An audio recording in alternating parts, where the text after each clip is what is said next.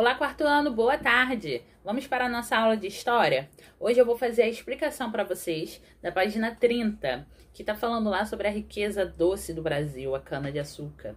E eu não irei fazer a leitura, eu irei fazer uma explicação. Depois vocês vão completar com a leitura e depois vocês podem fazer no caderninho de vocês de História um pequeno resumo do que vocês aprenderam, tá bom? Não precisa mandar foto para a tia, mas é importante que vocês façam para que vocês relembrem dessa matéria, tá bom? Então vamos lá. A cana-de-açúcar, ela foi produzida aqui na terra, né?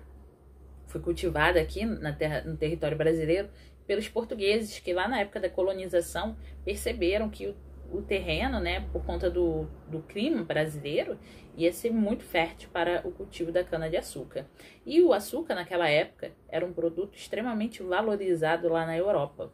Tanto que, se a gente parar para pensar, os portugueses chegaram ao Brasil, fazendo a descoberta do território brasileiro, quando eles estavam indo lá para a Índia para buscar as especiarias, que nada mais eram do que temperos. Então, toda essa parte de tempero, de açúcar, era tudo muito valorizado na Europa. Então, o que eles pensaram? Vamos cultivar aqui e arrecadar bastante dinheiro. E sim, eles já arrecadaram bastante dinheiro, sim, com a cana-de-açúcar. Tanto que ela é considerada como a riqueza doce do Brasil. Porque os portugueses também, antes da cana-de-açúcar, eles fizeram a mineração aqui no Brasil e conseguiram muitas barras de ouro, né? E enriqueceram com isso. E aí depois eles usaram a cana-de-açúcar para ganhar dinheiro também lá na Europa. Então é considerada uma riqueza também, né? E aí o que acontece? Eles começaram a partir de 1530 a cultivar a cana-de-açúcar aqui. E para isso eles tiveram que fazer algumas coisas que não foram muito legais.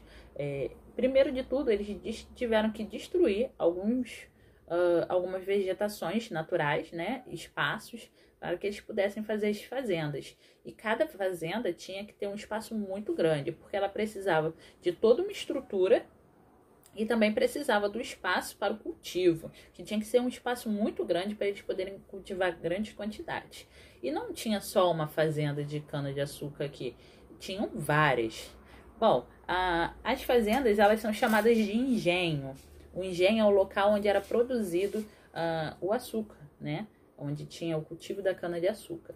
Então, o nome correto é engenhos, tá bom? Então, quando eu falar aqui engenhos, vocês já sabem o que era essa fazenda de cultivo de cana-de-açúcar, tá bom? E eles também precisavam de mão de obra. Claro que os portugueses, quando chegaram aqui, eles se achavam os donos de tudo. Eles não queriam ter trabalho pesado. Então, o que eles usaram? Isso, os escravizados, né? Eles iam lá na África, traziam pessoas escravizadas e usavam aqui nos engenhos de açúcar. Esses escravizados, eles tinham uma residência nesse engenho, que era chamada de senzala.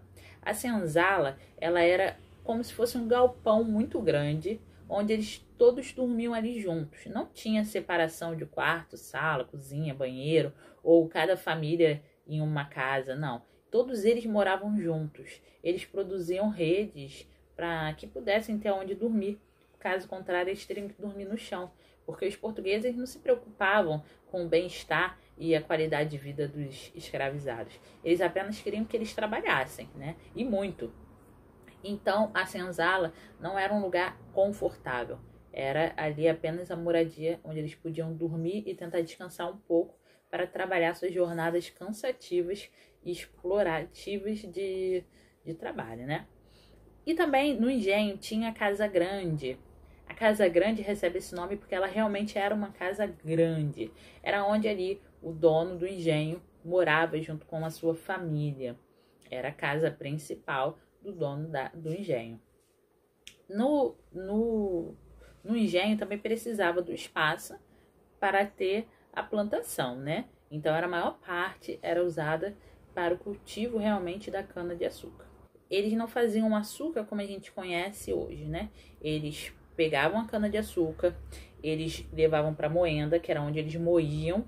E como que era moída essa cana-de-açúcar? Bom, era como se fosse uma prensa, que hoje em dia, quando você vai na feira, você vai tomar caldo de cana. Não tem uma maquininha lá que o rapaz bota a cana e ela vai esmagando a cana e vai saindo o caldo de açúcar? Então, era uma coisa bem parecida, mas claro que não era uma coisa mecânica, era manual. Então os escravos precisavam ficar ali rodando, ou algumas vezes eles usavam animais que ficavam ali girando aquela moenda, porque eram equipamentos extremamente pesados, feitos de madeira, enormes, para que pudesse moer várias canas de uma vez só.